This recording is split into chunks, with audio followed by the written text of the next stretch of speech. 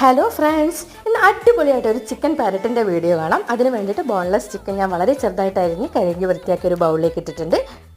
കൂടെ ഉപ്പ്, മുളക് പൊടി, മഞ്ഞൾപ്പൊടി, ചിക്കൻ മസാല എന്നിവയും കൂടി ചേർത്ത് നന്നായിട്ട് പുരട്ടി ഒരു അരമണിക്കൂർ നേരത്തേക്ക് മാറ്റി വെച്ചിട്ടുണ്ട്. ഒരു ചോപ്പർ എടുത്ത് അതിലേക്ക് 2 സവാള, കുറച്ച് വെളുത്തുള്ളി, 2-3 പച്ചമുളക് എന്ന് നന്നായിട്ട് ചോപ്പ് ചെയ്തെടുത്തു.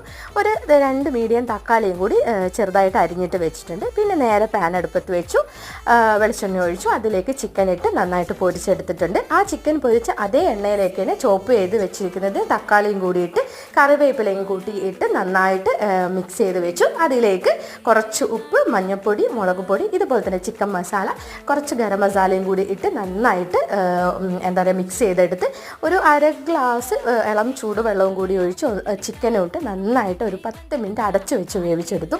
നല്ല സൂപ്പർ ടേസ്റ്റാണ്. മല്ലിയില വേണമെങ്കിൽ നിങ്ങൾക്ക് ചേർക്കാം. അപ്പോൾ ചിക്കൻ പെരട്ട് റെഡി ആയിട്ടുണ്ട്.